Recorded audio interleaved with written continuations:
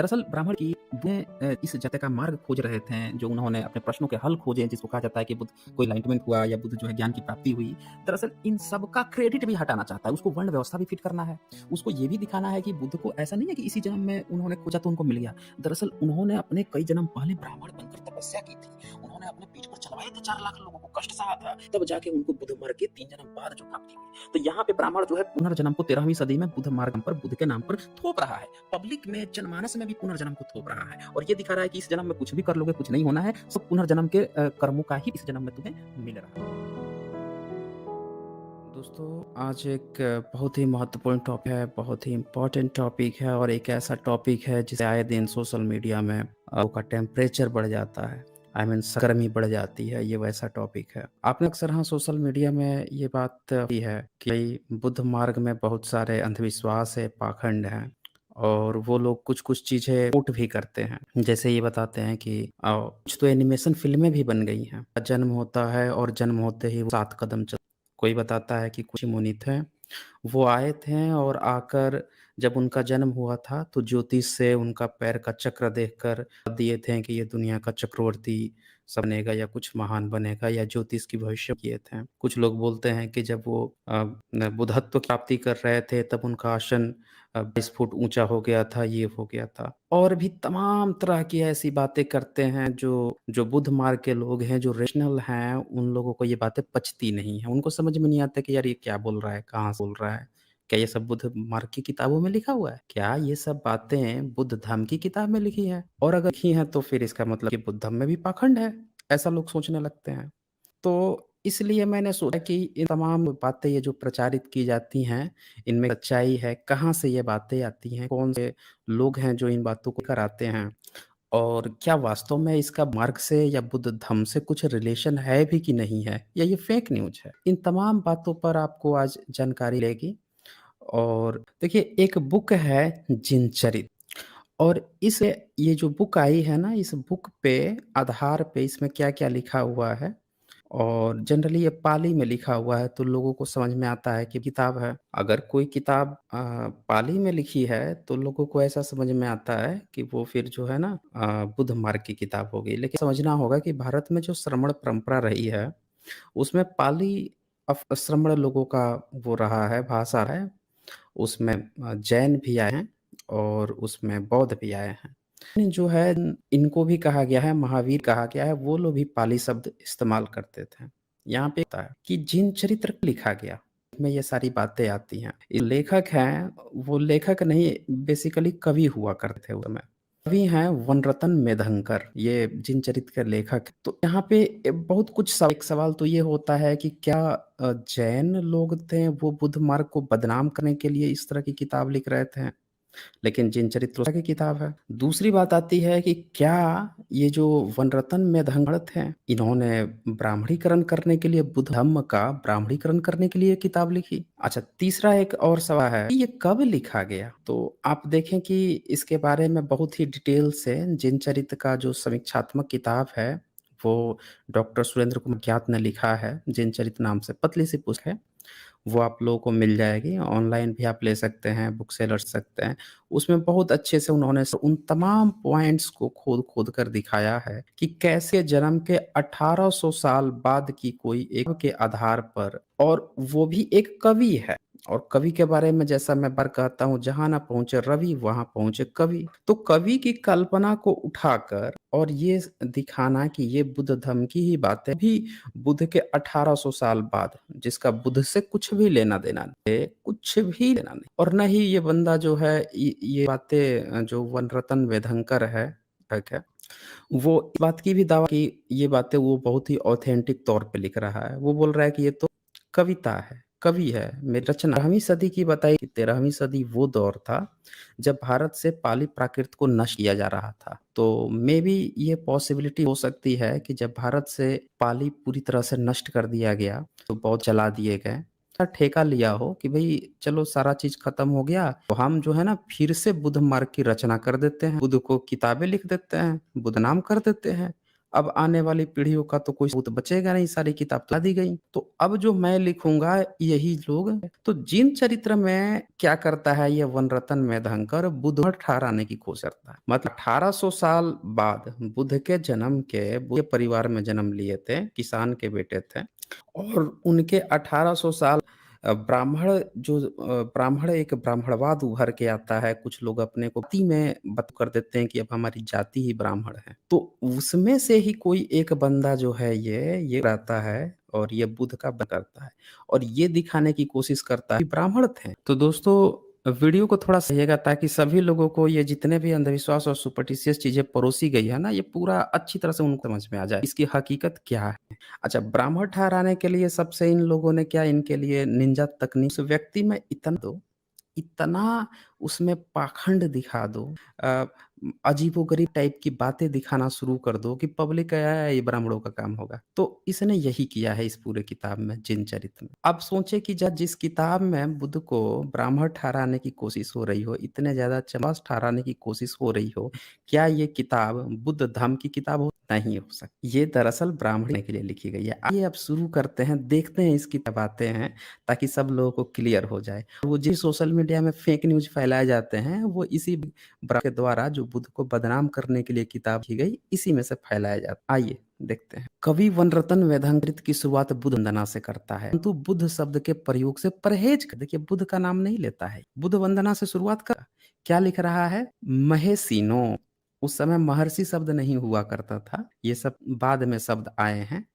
इसने यहाँ पे नाम लिखा महेसिनो, पाली में शब्द का इस्तेमाल किया, जो का परिचायक है कि 13वीं सदी का यह कवि व भिक्षु ब्राह्मणवाद के प्रभाव से बुरी तरह ग्रस्त था। समझा आप बात को? अच्छा। और इसी महेसिनो जो शब्द है ना पाली का, इसी को ब्राह्मणों ने महर्षि बना लिया। यानी कि पाली प्राकृत जो है इसी का जो संस्कारी रूप है वही संस्कृत बना है, यानी महर्षि बना। आगे ये लिखता है कि हाँ, नहीं है कि इसी देखिए इसी शब्द जो उत्तरवर्ती बुद्धिस्ट थे, वो इसी शब्द इस्तेमाल करते थे, उसी बना लिया बाद में और महेशी या महेशिनो संस्कारित कर प्रयोग यही करता है, यह काव्य में और एक बात और, ये जिनचरित काव्य की किताब है, इतिहास की किताब नहीं है। तो कन्फ्यूज़ है कि जो बात लिखी है, वो ही लिख रहा होगा। तो वह काव्य में अन्यत्र भी इन्हीं शब्दों को दोहराता रहता है। मतलब बुद्ध के ऐसा ये क्या शब्द इस्तेमाल करता है? महेशिनो मतलब महर्षि और ऋषि और ये सब शब्द कौन इस्तेमाल करता है? ब्राह्मण इस्तेमाल करते हैं।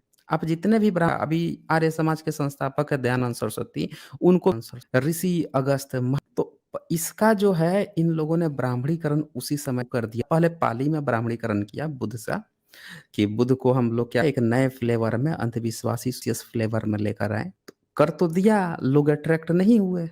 लोगों ने त्याग दिया, अबे ये क्या पकड़ा जा रहा था। तो इन्होंने क्या किया कि मार्ग को पूरी तरह से बर्बाद करके अंधविश्वास सुपरस्टिशन लिख के बुद्धिस्ट तो रहे नहीं, तो मरवा दिया, उनकी यूनिवर्सिटी कब्जा कर लिया, खत्म कर दिया करके जब नहीं पेट भरा तब इन्होंने एक नया ब्राह्मण धर्म खड़ा किया। पैरेलल में देखा कि यार यार ये तो बुद्ध को हमने इतना ब्राह्मणीकरण किया, नहीं सक्सेसफुल हो रहा है, आ ही नहीं रहे सब, तो चलो एक नया धर्म ही खड़ा कर देते। तब इन्होंने ब्राह्मण धर्म खड़ा कर दिया और उसमें वो तमाम पाखंड और धर्म की चीज़ें जो इसमें डाल रहे थे, वही चीज़ें उसमें डालकर और ब्राह्मण खड़ा कर और लोग क्या समझते हैं कि भई देखो बुद्ध ने ऐसा कहा, बुद्ध ने ऐसा कहा। टाइम ड्यूरेशन देख लो ना, किस कालखंड में ये किताबें हैं। अच्छा, अच्छा यहाँ वरुण जी कुछ लिख रहे हैं। वरुण जी लिखते हैं जब क्षत्रियों को खत्म नहीं कर सकते तो बुक लिखता है कि वो शख्सियत ब्राह्मण है। अच्छा जब ब्राह्मण शख्सियत को खत्म नहीं कर सकते तो लिखता है कि वो शख्सियत ब्राह्मण है। इससे थोड़े दिन आपको भी भिन्न बताया जाएगा।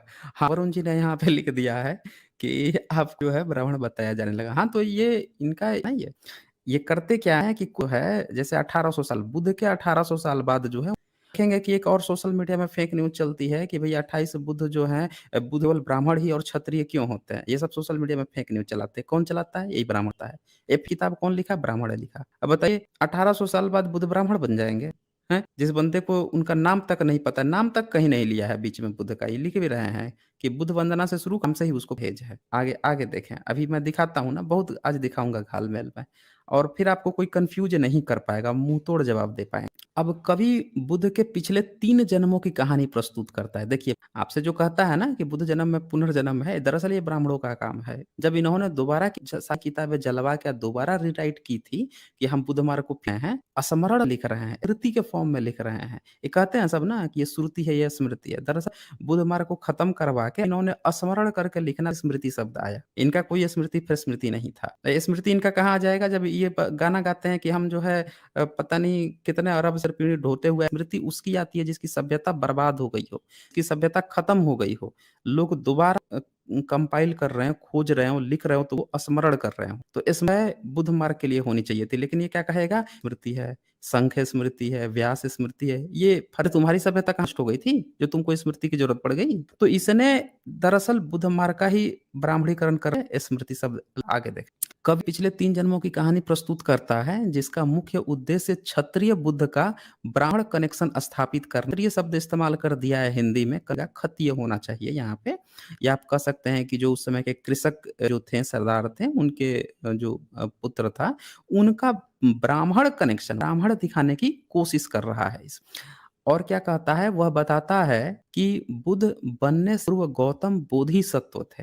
ये सुन लीजिए, मतलब बुद्ध जब तक बुद्ध नहीं बने थे और उससे पहले वह सुमेध नामक ब्राह्मण थे।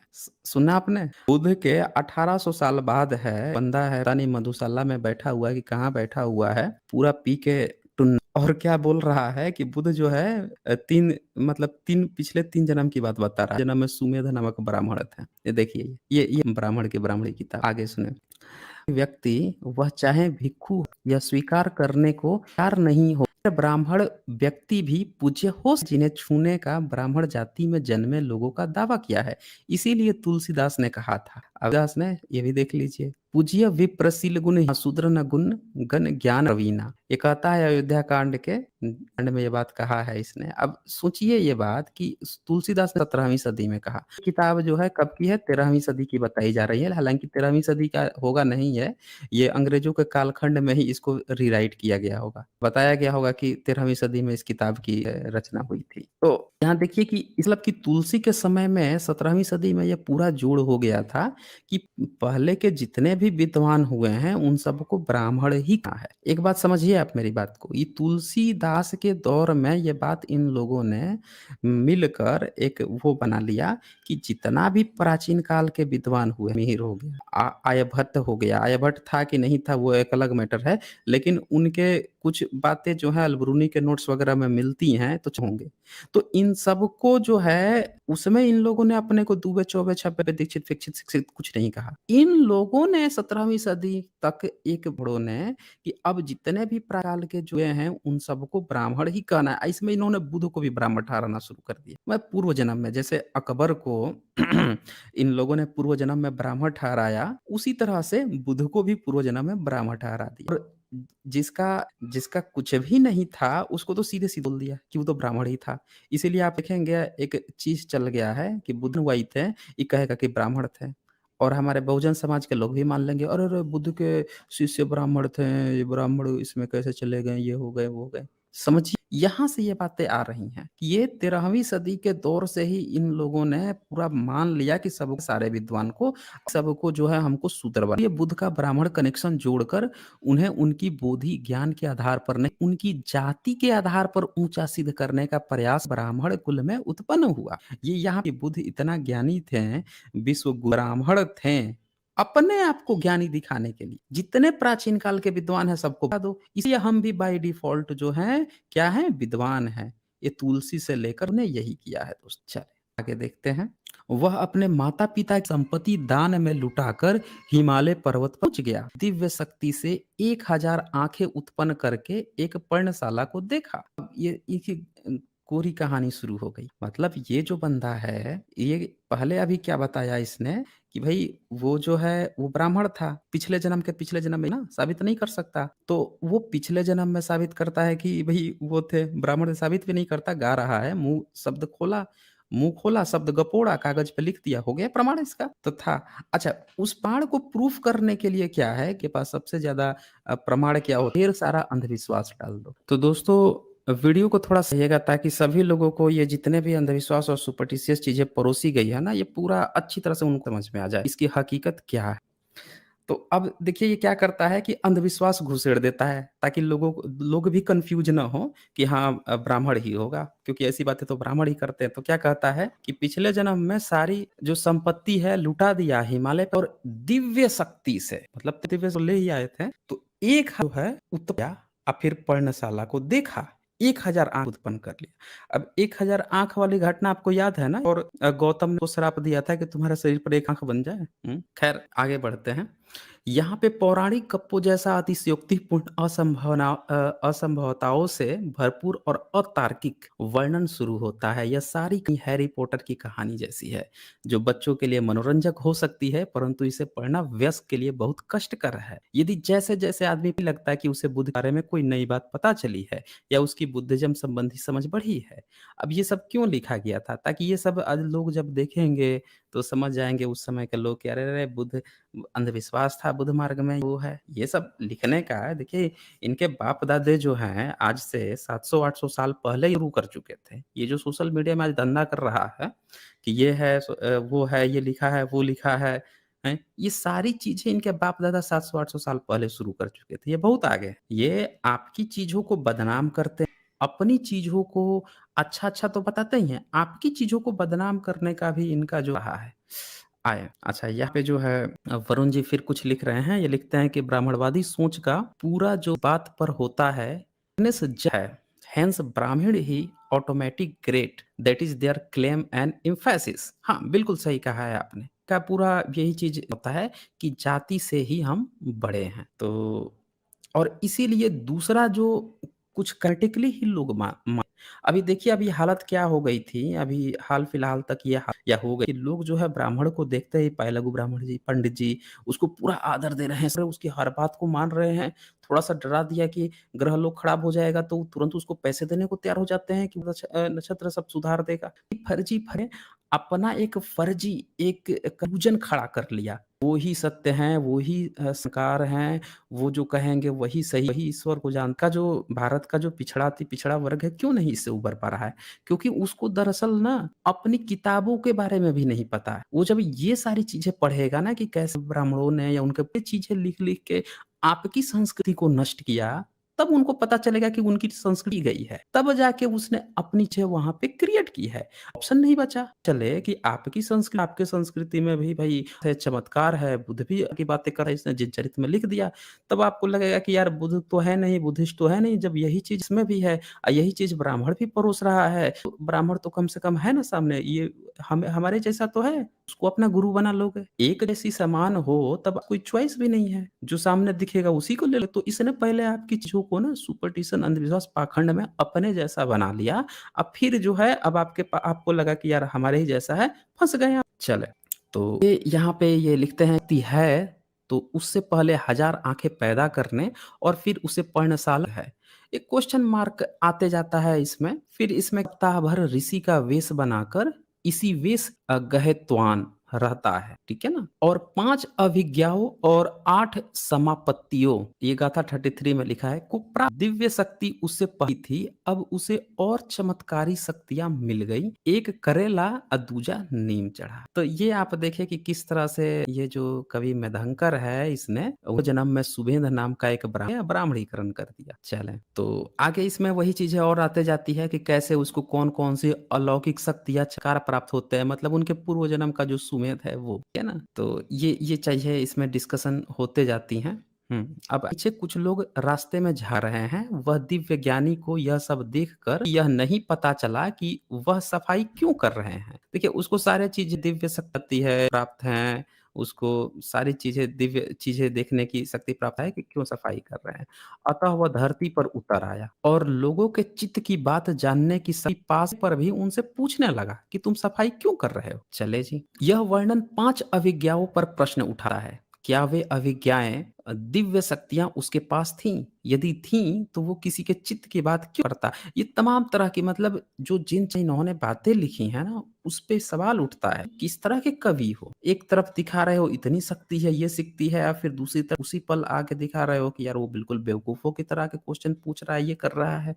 ये चीज़ें होती हैं, तो मैं आगे बढ़ते रहूँगा, मैं मेन-मेन पॉइंट आपको दिखाने का प्रयास करूँगा। हाँ, ये लोग रंगपुर के निवासियों ने सुमेध को बताया कि शंकर तथागत को अपने भिक्षुओं के साथ भिक्षा ग्रहण करने के लिए निमंत्रित किया है। अब देखिए दीपंकर तथागत, दीपंकर कौन है? तो पूर्व बुद्ध है। इस किताब में दरअसल जो पूर्व बुद्ध उनके भी कुछ न के और इन सबको जो है ना ये जो है ये दिखाने की कोशिश करेगा कि ये इनके बुद्ध के पूर्व जन्म नहीं है।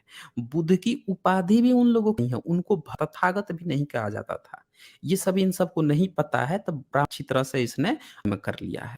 आगे देखें, कवि अतिशयोक्तियों के मोह में इतना पड़ा हुआ है कि उसका मानसिक स्वास्थ्य उसके दुष्पित हुआ सा प्रतीत होने लगता है। एक छोटे से रामपुर में आप 4 लाख लोगों के भोजन की व्यवस्था कैसे करेंगे? 4 लाख लोग जो हैं भीख माँगने पहुँचते हैं या छोटा-सा गाँव रहता है, भी सवाल खड़ा होता है कि उन्हें तो वहाँ बैठने या खड़े होने तक का स्थान नहीं मिलेगा। कवि का अनुमान नहीं कि 4 लाख लोग कितने होते हैं। ठीक है ना? कुछ भी हवा की तरह गपोड़े जा रहा है कवि। तो ये पूर्व जन्म दिखाता है, पूर्व जन्म दिखाते-दिखाते जो है आएगा उनके जन्म पे भी, वहाँ लेके आऊँगा मैं आपको, देखते जाएँ आप। मठ में बैठे वो वास्तविकता से बुरी तरह एवं सेंस ऑफ प्रोफेशन से हीन कवि के लिए ऐसी कल्पनाएँ करते जाना बहुत आसान है। उसे गप और ज्ञान में अंतर प्रतीत नहीं हो रहा है। वह मनोरोग की ही स्थिति कही जा सकती है। कवि जिस युग में 4 लाख भिक्षु के लिए घूमता हुआ चित्रित करता है, उस युग में तो राजाओं भी शायद इतनी सेना नहीं हुआ करती थी। कल्पना करें 4 लाख भिक्षुओं की सेना इधर से उधर जा इतने लोगों को एक साथ चलने के लिए सड़कें कहाँ थी? तो ये आप देख रहे हैं कि ये लोग अपनी बातों में हर जगह कभी हज़ार की बात करेंगे, उनके 1000 पुत्र थे, इतने हज़ार थी, इतने लाख उनके थे, इतने लाख सैनिक थे, इतने लाख भिक्षु थे। ये सारे के जो है अतिशय से उठा के ये लोग उसमें डाल देते हैं। तो यहाँ एक सवाल खड़ा हो विश्वास का पुट अप करते-करते ये हवा फाँकी भी मारे जा रहा है। अच्छा, रामपुर के लोग बताते हैं कि दीपंकर तथागत बुद्ध हैं, इस शब्द को सुनकर वह भावुक हो उठता है और उन लोगों के साथ स्वयं ही सफाई करने में जुट जाता है। चलें। अच्छा, यहाँ पे वरुण जी फिर से कुछ लिख रहे हैं, ये भी देख लेते हैं। ये लिख रहे हैं कि ब्राह्मणवाद का कलमा नहीं है, कोई खुदा ब्राह्मण के सिवाय, सिर्फ ब्राह्मण ही पूजा के काबिल अनुगामी है, ब्राह्मण को ही फॉलो करे। हाँ, ये यही तो है ना, ब्राह्मण का काम यही है। वो यही चीज़ तो दिखाना चाहता है ना कि हर चीज़ हम से ही है। हम ही माध्यम, हम ही सोर्स हैं और हम ही डेस्टिनेशन है। तुम्हारा नाम भी हम ही रखेंगे, तुम्हारा मृत्यु भी हम ही करेंगे, मृत्यु तो हम ही तुम्हारा संस्कार करवाएँगे, तुम्हारा जो है शादी-विवाह करवाएँगे, जन्म का भी हम ही देखेंगे, सब चीज़ तुम्हारे हम ही कराएँगे। पूरी तरह से जो है 24/7 जो है गुलाम बना लेता है, यही ब्राह्मण धर्म। तो दोस्तों वीडियो को थोड़ा सहिएगा ताकि सभी लोगों को ये जितने भी अंधविश्वास और सुपरस्टिशियस चीज़ें परोसी गई है ना, ये पूरा अच्छी तरह से उनको समझ में आ जाए। इसकी हकीकत क्या है? और कम वाले ही ब्राह्मण धर्म में फँसते हैं और इसीलिए लोग फँसे हुए हैं। बुद्ध धम्म में मैं दिखाऊँगा ना, अभी आगे दिखाते जाऊँगा, ठीक है ना? संजय गौतम लिखते हैं, सर जी जय भीम, जय मूल निवासी, ये एससी, एसटी, ओबीसी के लोग गुलाम हैं और गुलाम रहेंगे। आपका कार्य बहुत अच्छा है, कुछ लोग गौतम जी, सब लोग सुधरेंगे। उनके पास सोर्स ऑफ इन्फॉर्मेशन जैसे-जैसे जानकारी पहुँचेगी कब तक रोक पाएँगे? भई बुद्ध ने कहा है सूर्य और सच इसको ज़्यादा तो भैया ये कब तक मान लेते हैं एक बार देखा, एक बार उनको खराब लगा, 2 बार देखा, लेकिन जैसे-जैसे लोग बढ़ते जाएँगे ना, तो उनको तो जब उनको दिखेगा कि अच्छा सत्य ही अब लोग स्वीकार रहे हैं, तो वो सत्य को स्वीकार करना शुरू कर देंगे। वो दरअसल भेड़-चाल के शिकार हैं। उनको सत्य असत्य से नहीं मतलब है। जो देखते हैं कि क्या चीज़ मेजॉरिटी में चल रही है, वो उधर ही बह जाते हैं। तो ऐसे बहुत सारे लोग हैं। लेकिन पब्लिक जो है ना सत्य परोसते रहना है आपको, सत्य देखेंगे तो वो ज़रूर जो है स्वीकार करेंगे। अच्छा वरुण जी फिर कुछ यहाँ पे लिख रहे हैं एससी-एसटी का भला है और सच ये है। जी, जी। ये बिल्कुल सही है कि किसी भी देश का जैसे कहा जाता है ना कोई क्लास है, क्लास में जो सबसे जो खराब स्टूडेंट्स हैं, उनका जो परफ़ॉर्मेंस होता है, उनका भी अच्छा परफ़ॉर्मेंस होने लगे, तो वो स्कूल या वो जो कॉलेज हैं, वो सबसे अच्छे माने जाते हैं। क्योंकि टॉपर तो हर जगह कुछ न कुछ बच्चे आ ही जाते हैं। मेन चीज़ होता है कि जो बैक बेंचर्स हैं, जो बैक बेंचर्स के जो जो जिनके स्कोर कम आते हैं या जो नीचे रहते हैं, उनका भी परफ़ॉर्मेंस सुधर जाए। तो भारत में एससी-एसटी का जब तक और ओबीसी का जब तक आगे ये नहीं बढ़ेंगे, तब तक भारत का प्रोग्रेस माना ही नहीं जा सकता है। जी। अच्छा, आइए अब देखते हैं टॉपिक पे आते हैं। यहाँ पहली बार बुध का प्रयोग हुआ है, पर्यावरणन अनऐतिहासिक सुमेध तीसरे जन्म में गौतम वाला है। देखिए, सुमेध जो है तीसरे जन्म में गौतम बुद्ध बनने वाला है, परंतु वह बुद्ध बनने से 3 जन्म पहले ही दीपंकर बुद्ध को देखता है। यह निरी गप है, ठीक है? भारतीय इतिहास में गौतम बुद्ध से पहले कभी बुद्ध शब्द किसी गुरु, पीर, ऋषि, अवतार, संत, महंत आदि किसी के लिए भी प्रयुक्त नहीं हुआ है। ये बात सही है दोस्तों। बुद्ध शब्द नहीं प्रयोग हुआ है, भगवतो कहा जाता था। भगवतो सिखी, भगवतो साली, भगवतो कुकुशंद ऐसे करके नाम है, बहुत सारे नाम हैं जो भगवतो उनके लिए उपयोग होता था। तो भगवत शब्द जो है वो श्रमण परंपरा का बुद्ध मार्ग का एक बहुत वो शब्द है, माननीय शब्द है और ये प्रयोग किया। तथागत बुद्ध जो है ये शाक्य मुनि बुद्ध इनके लिए ही प्रयोग हुआ। उन लोग पूर्व बुद्ध कहा गया बाकी लोगों को। अच्छा, तो ये चीज़ आप देखें फिर सुमेध ने तथागत को देखा और कवि कहता है कि उनके 6 रंगों के रश्मि जाल से प्रज्वलित तथागत को देखा। अब ये देखिए सुमेध जो है दीपंकर को देखता है। 3 जन्म पहले ही बता रहा है बुद्ध के जन्म के 1800 साल बाद एक ब्राह्मण बैठ के जिनचरित लिख रहा है, वो बोल रहा है कि सुमेध जो है तथागत को देखा और क्या कह रहा है रंगों के रश्मि जाल से प्रज्वलित। अब भैया 6 रंगों के रश्मि होता है, प्रज्वलित क्या होता है? भई 7 होती है। यहाँ पे देखिए अंग्रेजी अनुवादक चार्ल्स क्या है ये ड्यूरोशिले ने इसी तरह सीधा अनुवाद कर दिया the six Buddha rays. Hindi अनुवादकों ने पाद टिप्पणी में लिख दिया नीले, पीले, लाल, सफेद, मजिष्ठा रंगों एवं अत्यंत चमकदार किरणों वाला आभा मंडल, परंतु बुनियादी गलती कर रहा है तथा अज्ञान को ज्ञान बनाकर प्रस्तुत कर रहा है। तो आप ये देखें कि उसने उस समय जो बातें भी लिखी है ना वो गलत है। या तो 7 कलर बोलता क्योंकि सनलाइट में 7 कलर होती है, 6 कलर बोल रहा है। अच्छा, मुझे बड़ी हैरानी होती है कि दिव्य दृष्टि की धौंस देने वालों को जब सामने 7वां रंग का नहीं दिखता है। बिल्कुल सही है। भैया जिसके अंदर इतना अंदाज़ कूट के भरा है, जो बुद्ध का ब्राह्मणीकरण करने चला है, वो साइंस 7 कलर होते हैं। सनलाइट की अगर हम बात करें तो उसको ये थोड़े पता था। फ़ाँक दिया, जो उसको पता होगा 6 वो भी उस समय नहीं अंग्रेज़ों के समय में लिखा होगा। अंग्रेज़ों के समय में तब भी उसको 7 रंग पता होना चाहिए। तो इस पे जो है ये पूरा इस पे बातें आती हैं कि क्यों इसने गलत लिखा है, कैसे लिखा है, आगे देखें। अब महर्षि दीपंकर को जब देखता है तो देखिए अब इसकी जो सुमेध है ये करता क्या? दीपंकर दीपंकर को देखकर जिन का अंकुर सुमेध कीचड़ में लेट गया। मतलब अब तथागत दीपंकर आ रहे हैं भैया, अब उनको देखोगे तो क्या कर रहा है उसके पास से कीचड़ में जाके लेट गया। ताकि वह अपने 4 लाख भिक्षुओं के साथ उनके ऊपर से गुज़र सके, उसके ऊपर से। अब मतलब तथागत दीपंकर आ रहे हैं और कीचड़ में जाके ये लेट जा रहा है बंदा। आइए जन्म बाद जाके क्या बनेगा? तथागत बुद्ध बनेगा। ये जिनचरित वाला जो मृदंकर कर रहा है और क्या कह रहा है कि उसके ऊपर 4 लाख भिक्षु के साथ वो गुज़र सके। देखा कितना हवा फाँकी मतलब वो कवि कहते हैं, ये कल्पना है। कवि जो हैं इतना काव्यमय हो जाते हैं, कुछ भी गपोड़े जा रहे हैं, कुछ भी गपोड़े जा रहे हैं और कौन बेवकूफ़ कहता है इसको कि ये बुद्ध मार्ग की किताब है। अरे ढपोर संको ये बुद्ध मार्ग की किताबें काव्य है। ये जो रामायण महाभारत होता है ना, जब उसको काव्य कहते हैं, तो जो काव्य कहता है उसमें कितना भी गपोड़पन होगा, उससे उसका नहीं मतलब क्योंकि उसका काव्य मान रहा है। तो ये सारी काव्य है। इतिहास बताता है ना कि ये इतिहास है। तब हम कहते हैं कि अब ये जो है यहाँ पे गपोड़ मार रहा है, इसको इतिहास कह रहा है। काव्य में कवि जो है पूरी तरह से फ्री है, जितनी चाहे उतनी कल्पना कर सकता है, उसको इतिहास से लेना-देना नहीं है। दिक्कत होती है जब इसको इतिहास बताना शुरू करता है। तो दोस्तों ये जो जिनचरित है ये काव्य के रूप में लिखा गया, रामायण भी काव्य के रूप में लिखा है। धूर्त जो है वो रामायण महाभारत को भी इतिहास बताता है और इन जो किताबें जो बुद्ध का ब्राह्मणीकरण करने के लिए जो इन किताबों को भी उठा के दूसरे पर थोपता है कि ये भी इतिहास की किताब है, तुम मानो इसको सही है। ये देखिए संकेत हम क्यों माने? हम लोग क्यों माने? जो काव्य ही है, काव्य को हम लोग क्यों इतिहास माने? ये सवाल है। तो यहाँ पे फिर से ये जो है सवाल खड़ा होता है। अच्छा आगे चलें। भई 4 लाख लोग किसी के पर चढ़ जाएँ तो ज़िंदा बचेगा? ये सवाल खड़ा किया है यहाँ पे इन्होंने। आखिर यही मान रास्ता है कि कीचड़ में ऊपर से 4 लाख भिक्षु सेना से गुज़रने दो, इससे क्या कल्याण होगा? हैं? फिर तो अष्टांगिक मार्ग आदि बेकार चीज़ें हैं, ये सवाल यहाँ पे होता है।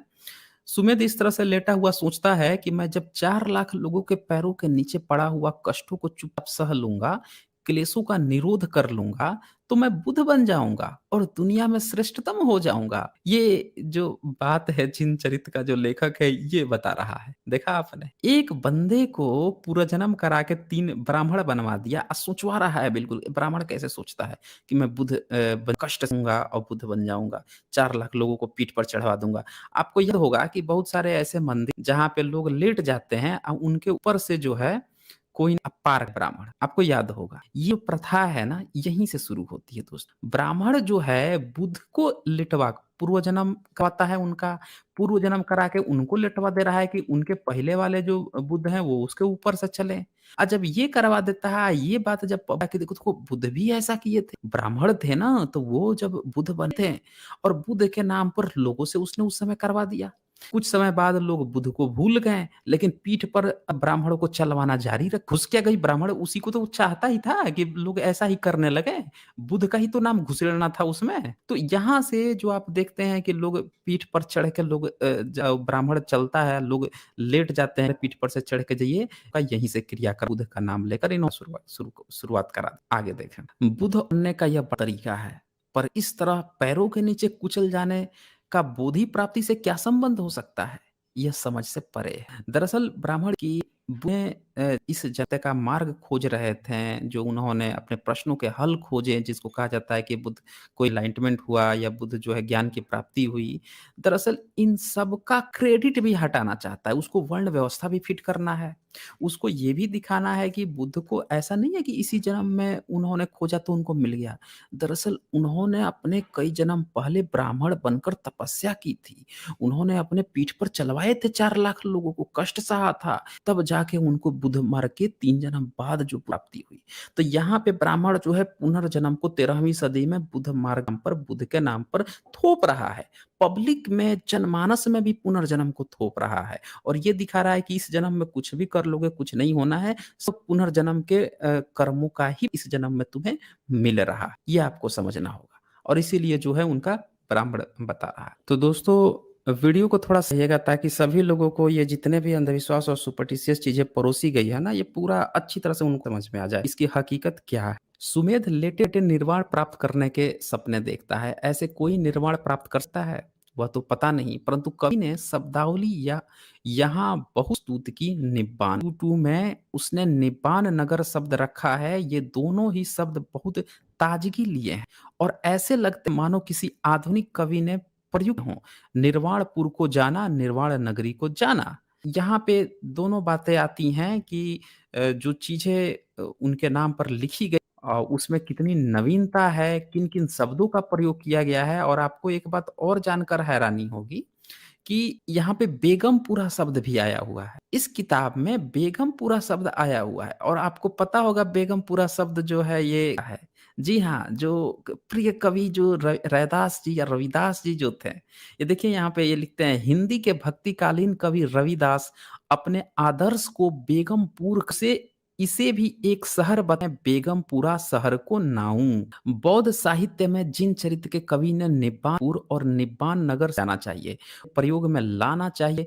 कवि का यह योगदान चिरस्मरणीय है। यहाँ पे तारीफ हो रही है उसे की कि इन्होंने जो उस शब्दों का प्रयोग किया और ये शब्द 13वीं सदी का है ना 14वीं 15वीं सदी में रैदास जी भी इस शब्द का प्रयोग करते हैं। तो इसीलिए इस किताब को भी ठहराया गया उसी दौर के करीब की रचना होती है। अच्छा, इसके बाद से जो है दीपंकर ने सुमेध को कीचड़ में लेटा हुआ देखा परंतु उस करुमै ने उस पर पैर नहीं रखा बल्कि उसके सिर की तरफ खड़े होकर कहा कि वह व्यक्ति भविष्य में गौतम के नाम से क्या है संबुद्ध होगा। अब ये देखिएगा दोस्तों यही चीज जो है अशोक का भी ब्राह्मणीकरण किया गया है महावंश में। आप देखेंगे कि जब महावंश पढ़ेंगे दीपवंश पढ़ेंगे तो वहां पे ये लोग दिखाएंगे कि सम्राट अशोक जो है वो पूनम में कुछ लड़का बन के कुछ मिट्टी पर खेल रहे थे और से वो गुजरे बुद्ध गुजरे वहां से।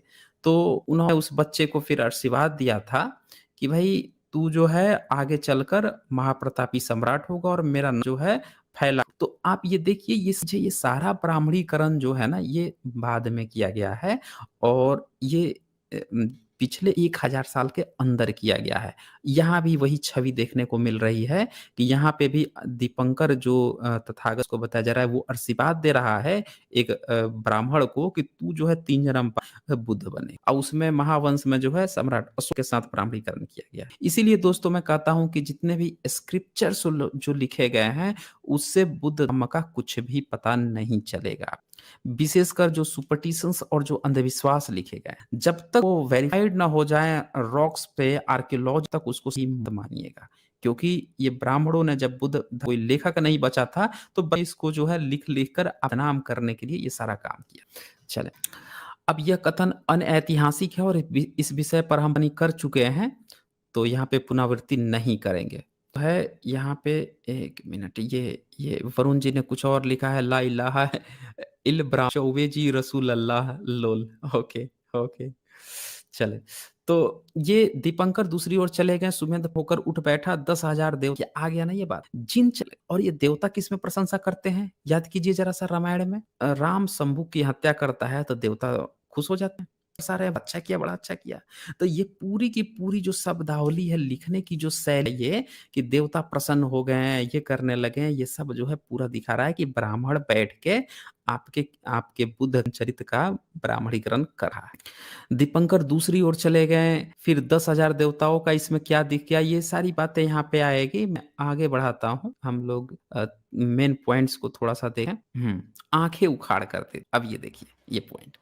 सुमेध ने फिर मुफ्त मिली चीजें बाँटकर मांगी दान पारमिता बनने का ड्रामा शुरू किया।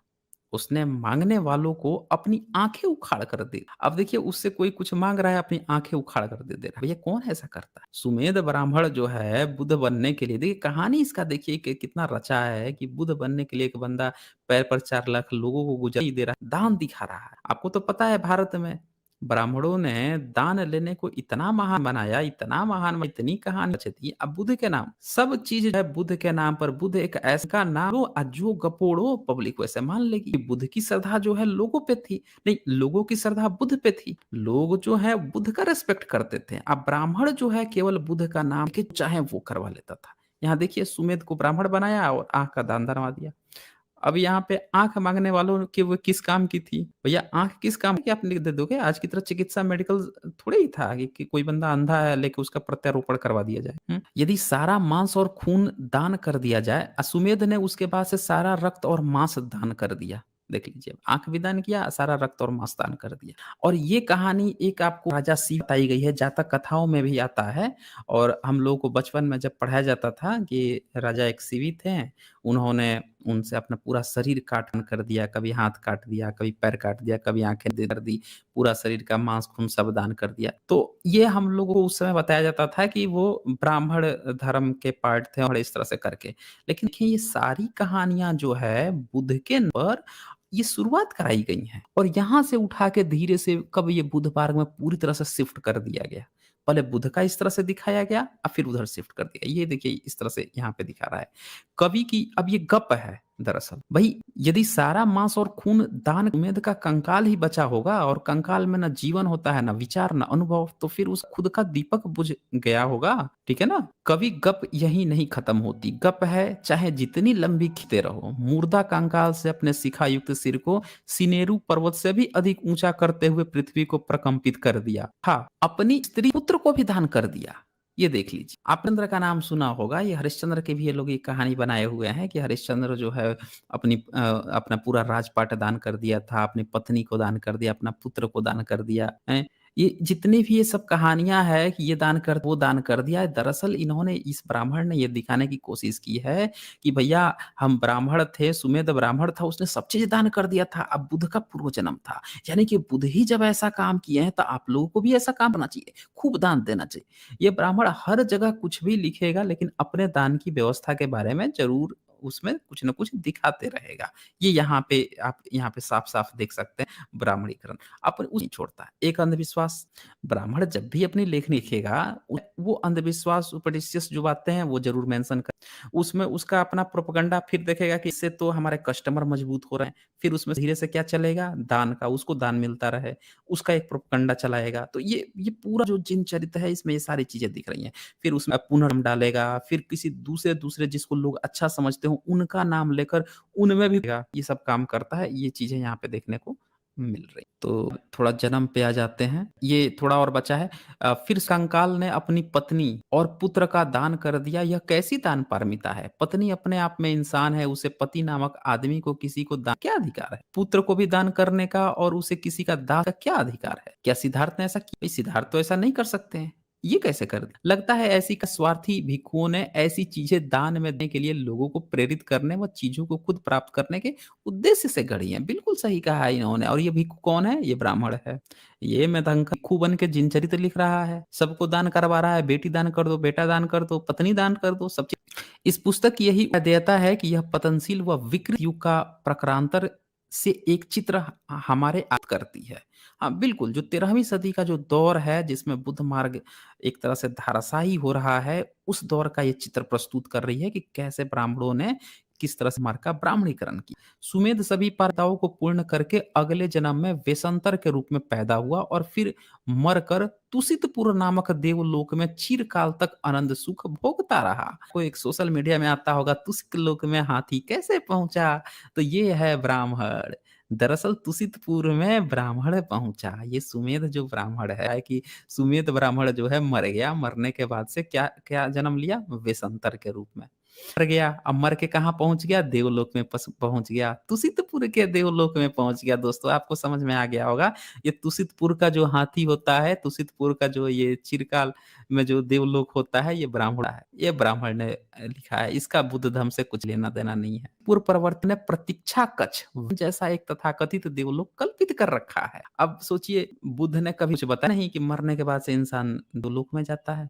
ऐसा तो कहीं उन्होंने नहीं कहा। आज तक उनके किसी भी ने नहीं कहा। ये जिनचरित में कहाँ से बातें आ गई? ऑफ कोर्स ये ब्राह्मणीकरण है दोस्तों। तो दोस्तों वीडियो को थोड़ा सहिएगा ताकि सभी लोगों को ये जितने भी अंधविश्वास और सुपरस्टिशियस चीज़ें परोसी गई है ना, ये पूरा अच्छी तरह से उनको समझ में आ जाए। इसकी हकीकत क्या है?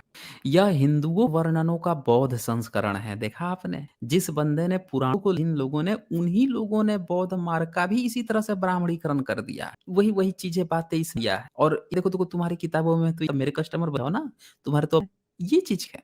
जिन लोगों को ना धरती के गोल होने का पता था, उसकी 2 गतियों के बारे में ज्ञान था, वो उस कथित लोक को जानने के दावे करते हैं। यहाँ जन्मने से वाला व्यक्ति कथित रूप से निवास करता था। तो यहाँ पे जो है इन्हों तरह से खाल खींचते हैं।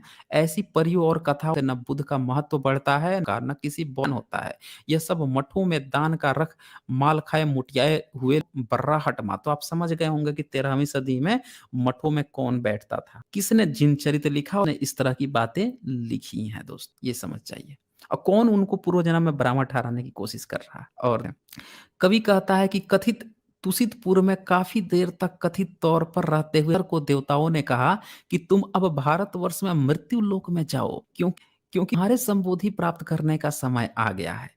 ये देखिए गाधा 70 में लिखा है। अब भाई ये कि बुद्ध मार्ग में कहाँ दुख है और इसमें कहाँ अवतार होता है कि कोई देवता कहेगा कि भैया आप तुषित लोक तक बैठे हो सुमेध ब्राह्मण, अब जाओ नीचे जाके बुद्ध का जन्म लो, तुम संबोधि प्राप्त करने का समय आ गया है। ऐसा तो होता नहीं है। तो ये समझ जाएं कि ये जिन चरित्र जो है ब्राह्मणों के द्वारा पूरी तरह किताब है।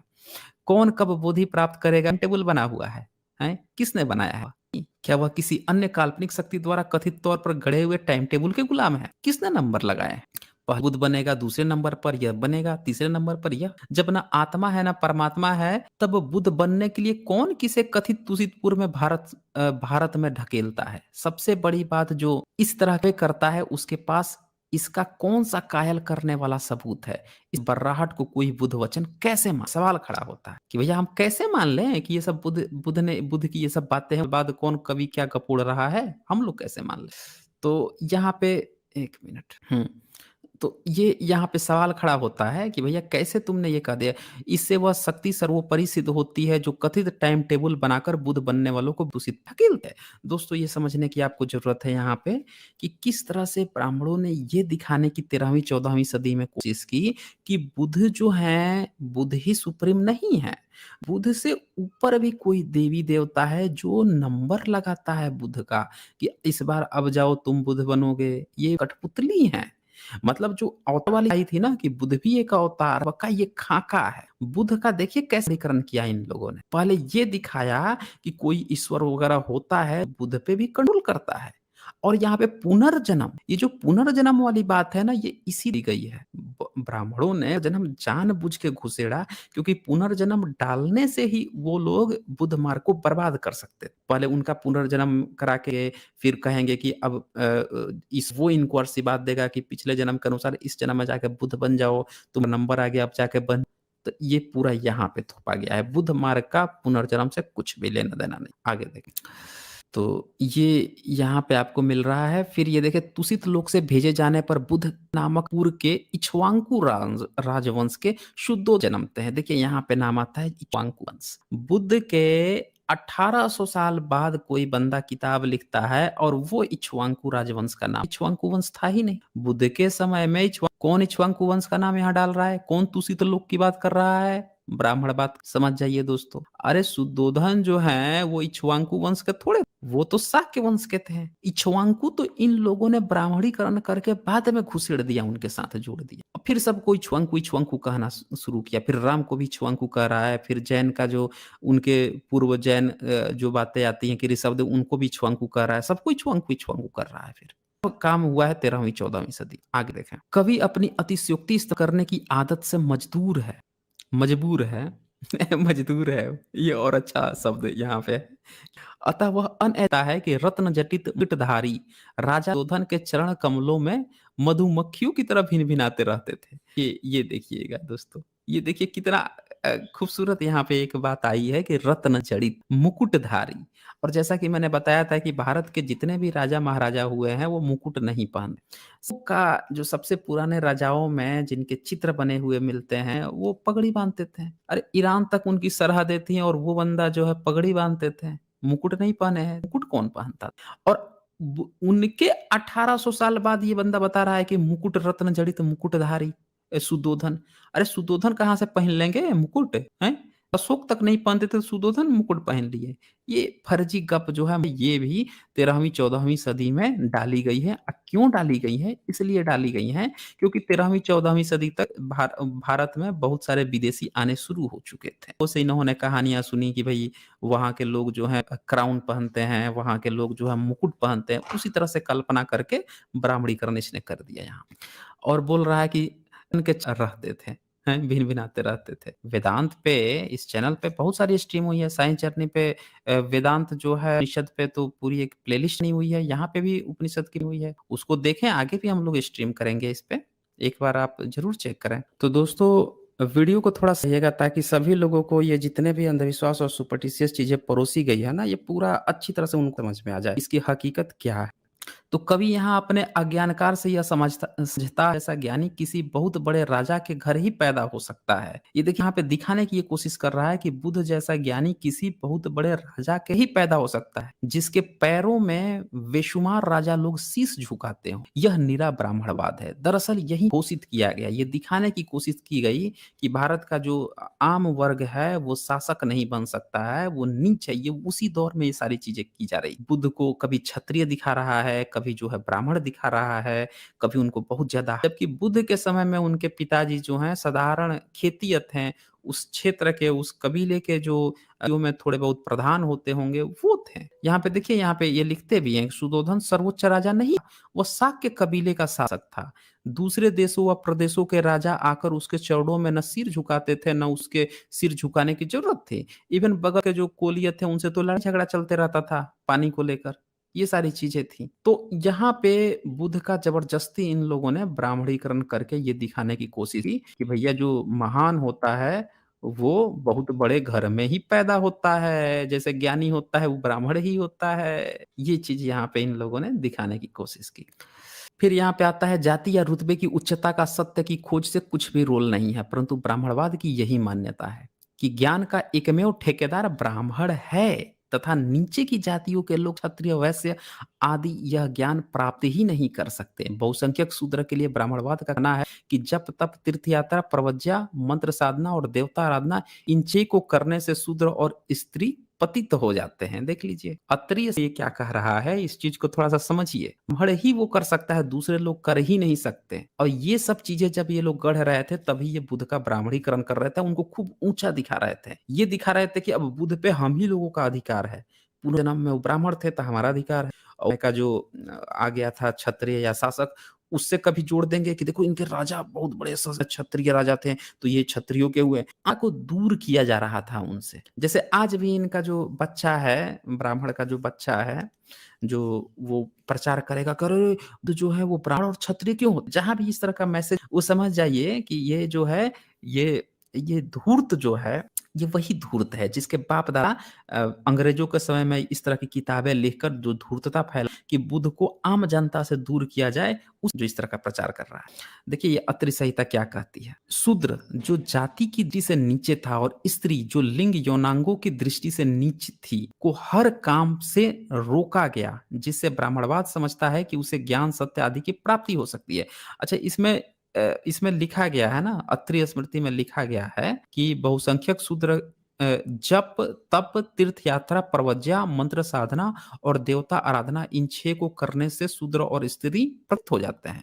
अब बताइए चीज बताइए, जो भी स्त्रियां यहाँ पे देख रही है कि अत्रि सा जो है स्मृति जो है, जब ये साफ साफ कह रहा है कि आपको न जप करना है, न तीर्थ यात्रा करना है, न प्रवज्या करना है, काहे लिए आप जाते हैं मंदिर में घंटा बजाने, क्यों जाते हैं? जब उनके स्मृति में सब चीज में आपको मना ही है, उसने इतना आपको लिखा है, क्यों करते हैं आप? बताइए, है जवाब आपका? नहीं है जवाब। महिलाओं को पता भी नहीं होगा कि ब्राह्मण ने अपनी स्मृतियों में ऋषि मुनियों ने उनके क्या-क्या उनके बारे में लिख रखा है, ये तक नहीं पता होगा उन्हें। वो बेचारी जो है उसमें फंसी रहती हैं, जा रही हैं पूजा पाठ करने, धर्म का झंडा उठा के बचाने जा रही हैं। यहाँ पे आरएस जी का भी सुपर स्टिकर था, बहुत शुक्रिया आपका। तो शूद्र को कहा पतित हो जाओगे यदि सत्य ज्ञान पाने के लिए प्रयास करोगे, स्त्री से भी यही कहा। इन अकल के अंधों से कोई पूछे कि शूद्र पतित होकर और क्या बन जाएगा। अब भैया जब तुम उसको शूद्र पहले से बना दी हो, अब क्या मंत्र पढ़ लेगा तो क्या पतित हुई है। स्त्री को भी पतित होने का भय दिखाया, जबकि स्त्री से वह क्या बन जाएगी। ब्राह्मणवाद और उसके वेदों के पास कोई और लिंग, कोई और तरह का योनांग है,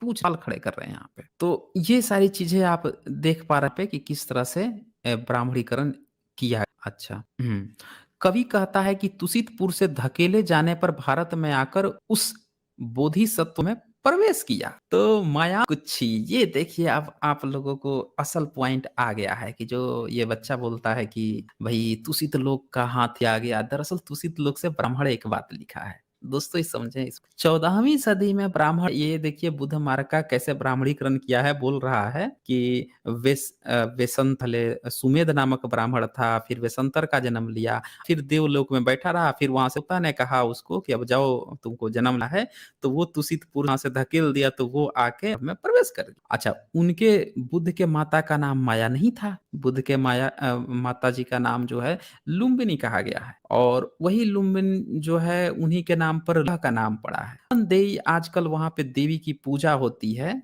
आप समझे कि उस जगह पे रुम्मन देवी, उसी नाम को लुम्बिनी को ही रुम अपभ्रंश कर दिया गया पूजा। तो ये सब नाम भी इन्हीं लोगों का ब्राह्मणीकरण किया। हम ये क्यों बदलती को सिद्धार्थ क्यों लिखते हैं और लुम्बिनी को ये माया क्यों लिखते, और ये जो है ऊपर से कोई कैसे प्रवेश कर जाएगा।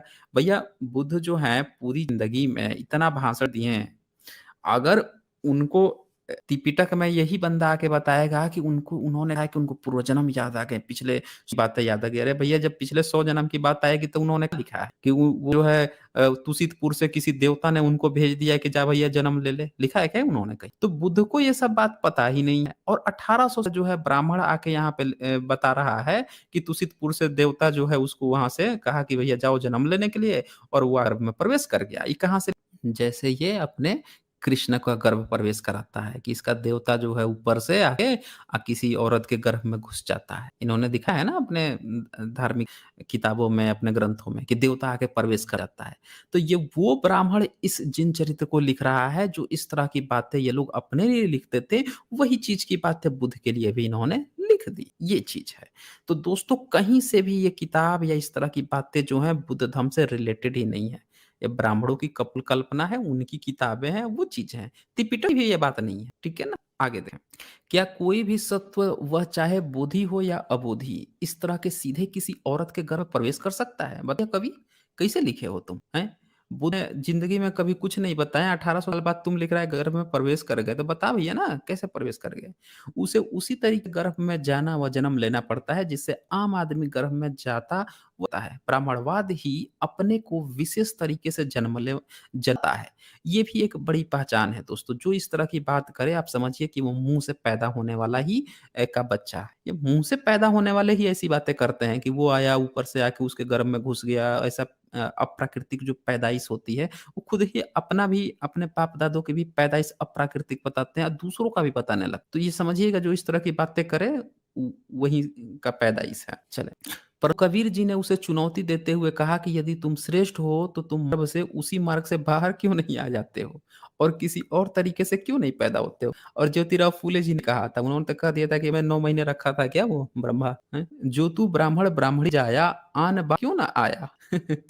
कोई भी महापुरुष चाहे वह सच्चा हो या झूठा उसी तरह के जन्म लेता है जिस तरह से आम आदमी। अतः सिद्धार्थ भी उसी तरह जन्मे। उनकी महानता उनके ज्ञान के आधार पर है, न उनके जन्म से संबंधित किसी चमत्कार के आधार पर।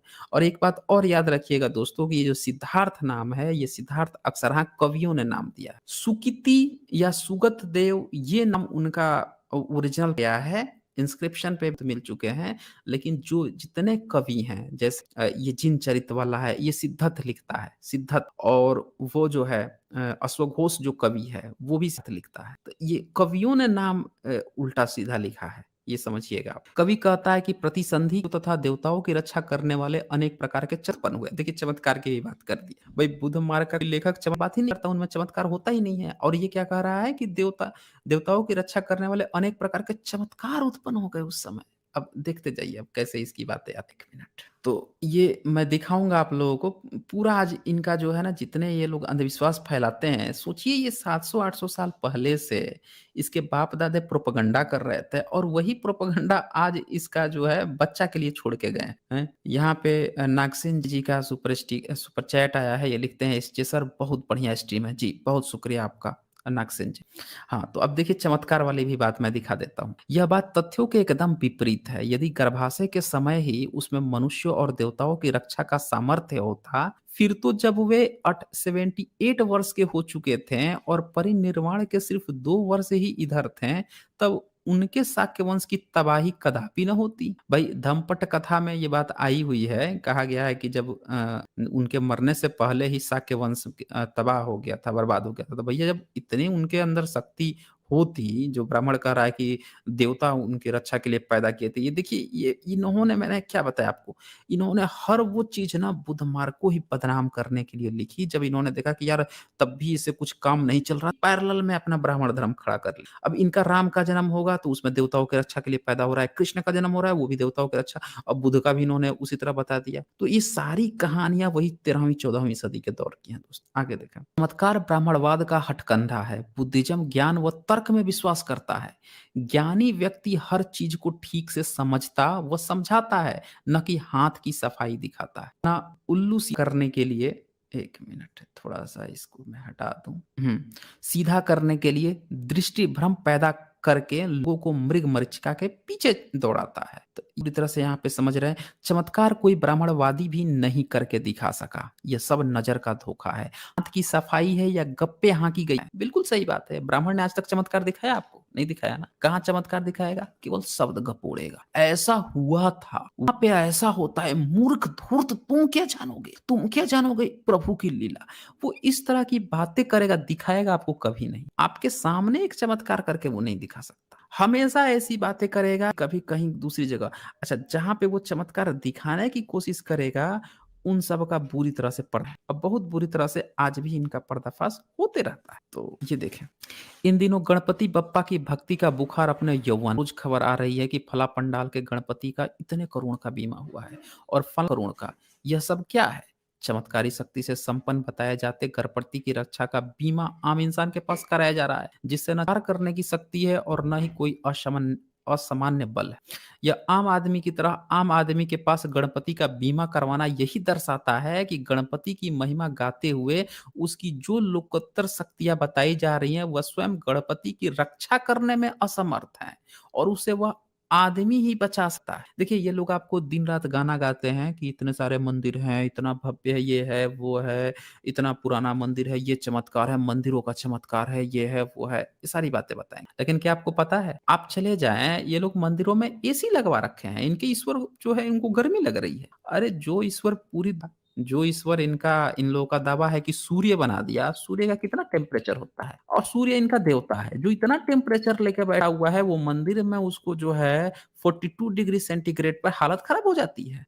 उसकी हालत 5000 सेंटीग्रेड दिन भर लेके घूम रहा है सूर्य देवता बाल-बच्चे भी पैदा कर दे रहा है सूर्य, हैं? कुंती से आता है उसको जो है बच्चा पैदा करवा देता है, कण पैदा करवा देता है, हैं?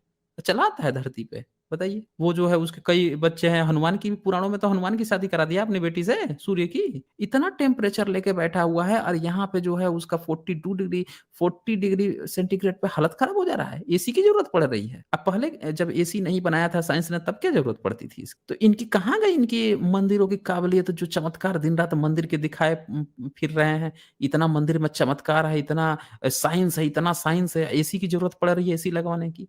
हैं, जो मॉडर्न साइंस की देन है। तो अच्छा यहाँ पे अंबेडकर चैनल वियना जय भीम इनका सुपर स्टिकर है, बहुत शुक्रिया आपका। तो ये आप यहाँ पे देखें कि ये गणपति वाली भी जो बात है इस तरह से जो है वो फैलाए नाम पे लोगों को ठगा जा रहा है। लोग ठगा रहे हैं। आपको जो है जो बहुजन मूवमेंट है इसमें या फिर जो गरीब लोग हैं या भारत में जो बच्चे जो पढ़ने की ज़रूरत है या जिनकी सहायता करनी है या बाबा साहब के मार्ग पर बच्चों को उनके लिए खड़े करना है कि क्योंकि उनका कल्याण इसी से होना है, करे। इस मूवमेंट के लिए नहीं कहेगा कि अपने बगल के कोई बच्चा गरीब है, उसको कोई कुछ व्यवस्था करा दें, उनको स्कूल जा रहा है कि नहीं, कौन-कौन से बच्चे जो है नए हैं, उनके लिए हम लोग क्या कर सकते हैं, उनके लिए 2-4 पैसे खर्च कर नहीं कर सकते। लेकिन मंदिर तीर्थ यात्रा करने के लिए मंडा पुरोहित को पैसा देने के लिए खूब पैसा है। अभी घर में अष्टजाम पूजा होगा उसके लिए देगा, वो पंडा आएगा, वो पैसे लूट के ले जाएगा, मस्ती से उस इसमें इसको नहीं दिक्कत है। अभी जब तक रिज़र्वेशन नहीं था, नौकरी नहीं लगती थी पिछड़े वर्ग की और मंडल कमीशन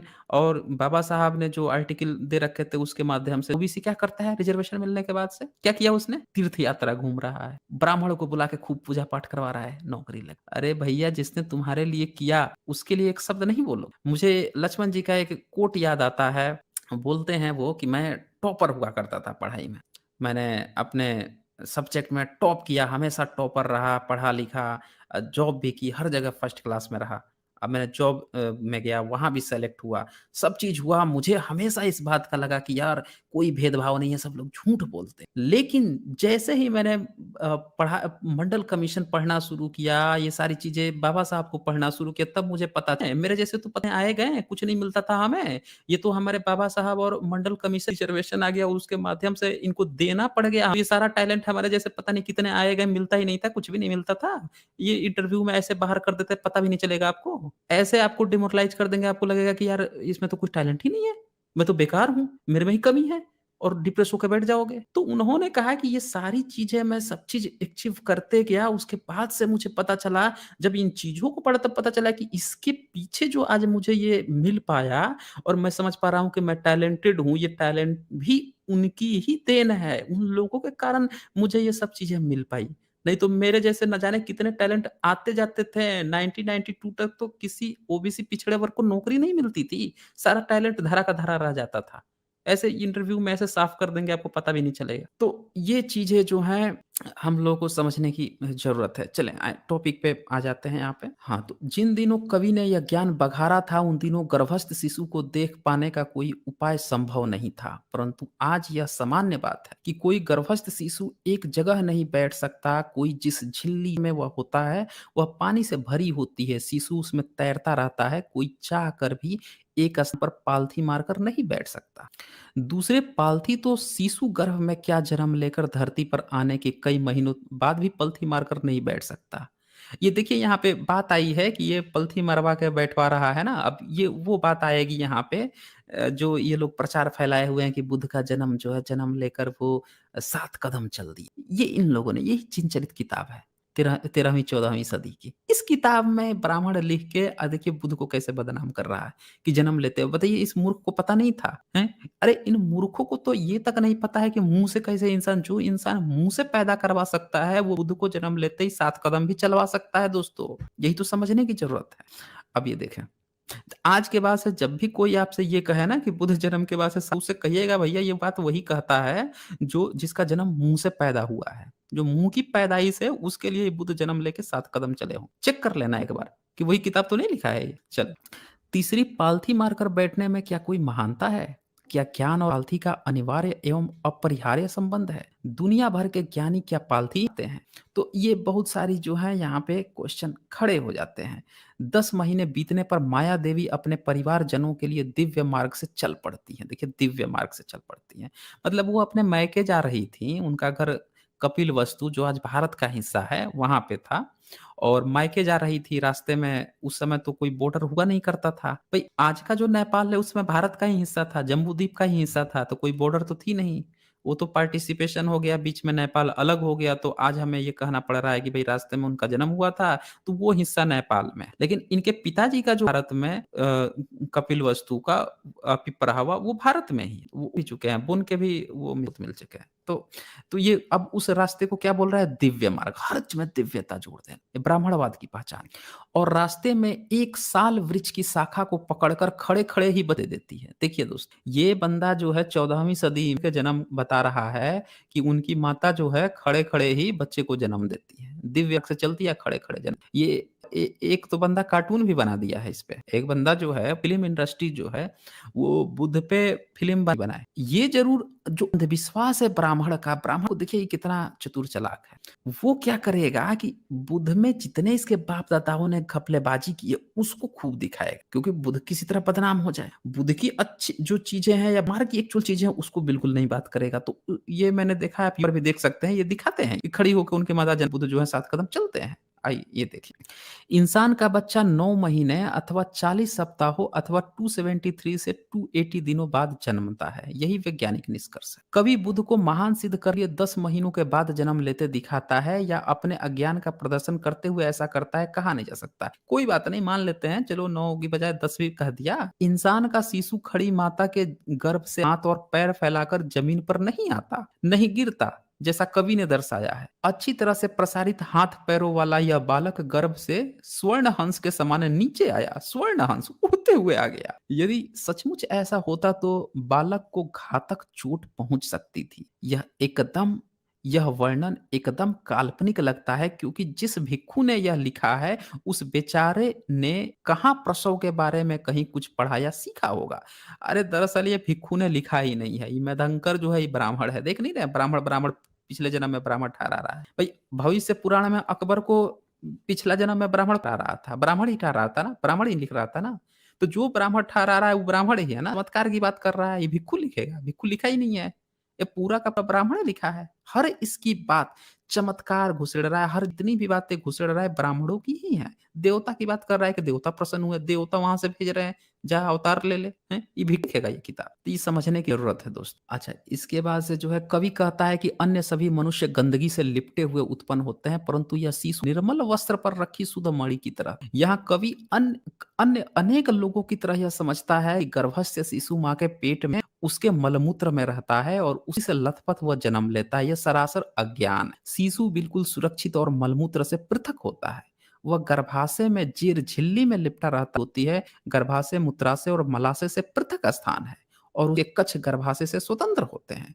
यदि सचमुच बच्चा के मलमूत्र में होता तो दुनिया में कोई भी बच्चा जीवित न रहता। कोई बच्चा ना मलमूत्र से लथपथ होकर था और ना ही वैसा जन्मता है। तो इससे ये भी पता चलता है कि इसको जानकारी नहीं थी, जो ये ब्राह्मण था, ये लिख रहा था, उसको कुछ भी जानकारी नहीं थी। कवि कहता है कि देवताओं ने उस शिशु को काले हिरन की खाल के विच पर ले लिया। बाद में सज्जनों ने उसे उनसे लेकर अत्यंत उत्कृष्ट कोटि के वस्त्र से बने बिछौने पर लिटा दिया। कथित देवताओं और इंसानों के बिछौने के अंतर को यहाँ ध्यान से देखें। देवता कहे जाने वाले जंग अवस्था के लोग प्रतीत होते हैं, जो न कपास आदि पैदा करने में समर्थ हैं, न वस्त्र बनाने की कला को ही जानते हैं। ये बिल्कुल सही कह रहे हैं।